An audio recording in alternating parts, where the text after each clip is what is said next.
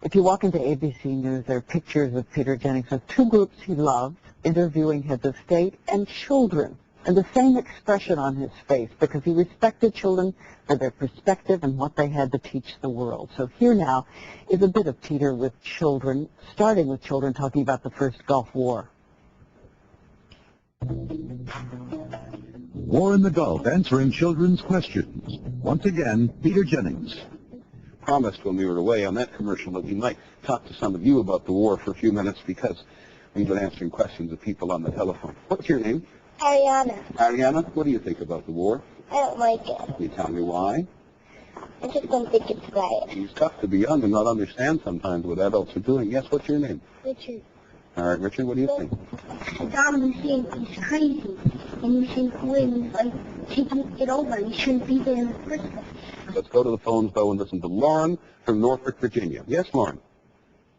How do our missiles know where to go? How do the missiles know where to go? You think kids feel safe?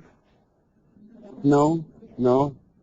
Who said yes and who said no? I do, even though that this mass tragedy has happened, I do feel safe to some extent because I know that it was a big wake-up call for our country. What did we do? Like, we didn't do anything.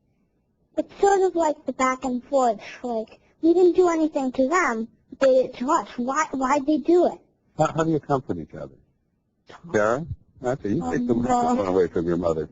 At first, I didn't know what to do. I felt lost. Like, I knew my mom was going through a tough time. And last few days, we've just been talking on, and we watched the news a lot, but then we thought maybe we shouldn't because watching it so much just wasn't really helping. Like, it just brought this, like, more tears to see how, like, everything's happening. If the United States attacked Iraq, would you feel safer?